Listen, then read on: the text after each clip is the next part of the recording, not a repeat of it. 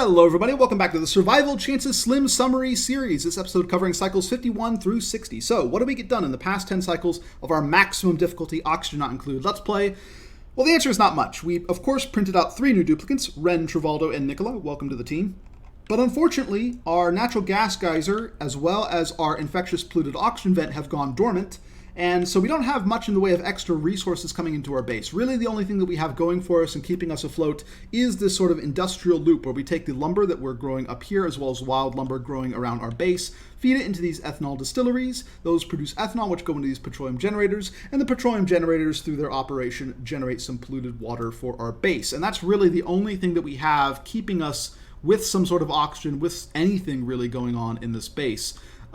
We have made 2 significant changes to that system. The first is that we have introduced a mechanical clean water filter up here.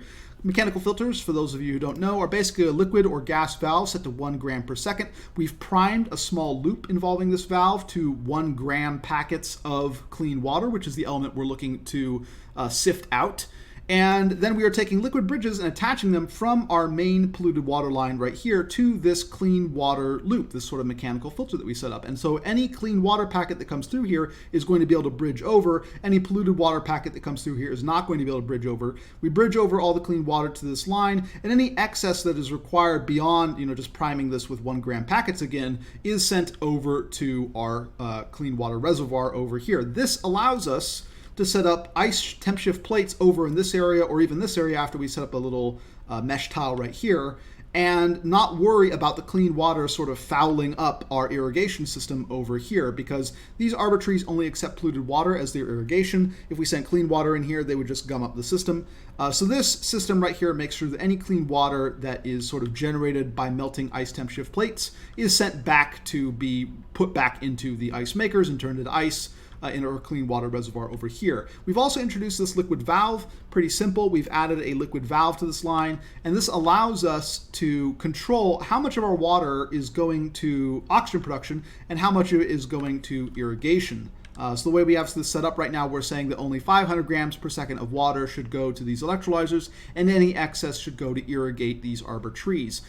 Because we have throttled this fairly heavily, we don't have as much oxygen as we did before, but luckily for us, we still have enough oxygen to kind of keep everything going, and more importantly, keep these trees irrigated, which will generate the lumber to continue this whole process, continue generating power, continue generating cooling, continue generating, importantly, polluted dirt, which we're storing up here, which is going to increase our long-term oxygen supply. So we have that going for us. Other than that, the main thing that we've done is we've completed a lot of the heat shielding around the base. Almost this entire northern sector is now done. We've completed all of the southern and all the other sectors basically as well.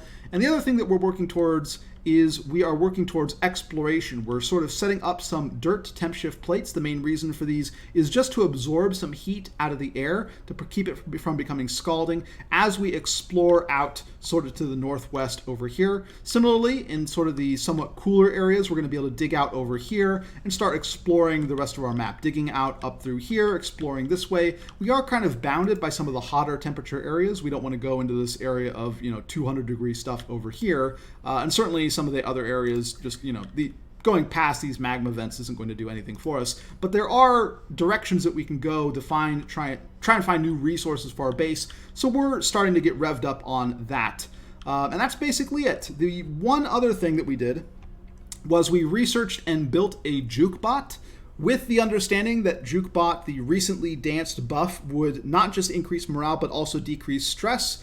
Unfortunately, jukebot does not work like that. I'm not sure if this is a change that I just didn't notice or if it's never been this way, but we didn't get any stress relief from jukebot, so we've gone ahead and turned him off. But we did complete that one extra little bit of research there, which incidentally gets us access to smart batteries as well. So it was something that we're going to need to do in the long run anyways, but we pulled the trigger on it now, and as a consequence, we have a little bit less water to work with. But otherwise, base is looking okay. This is just sort of a difficult period because our extra resources are all offline, because we didn't get our wild lumber going as quickly as we should have in the beginning, because we've just kind of been behind on a lot of things. This is more or less a catch-up period and a sort of slow grind-out resources period. Some of the other episodes are going to look a little bit like this with not much getting done, but once these things turn back on, once we go and explore and find more resources and get more things done, I think the pace of play will pick up quite a bit. So that's it for this episode. Decent progress, but things are slowed by just not having extra resources. And that's it. I will see you guys next time.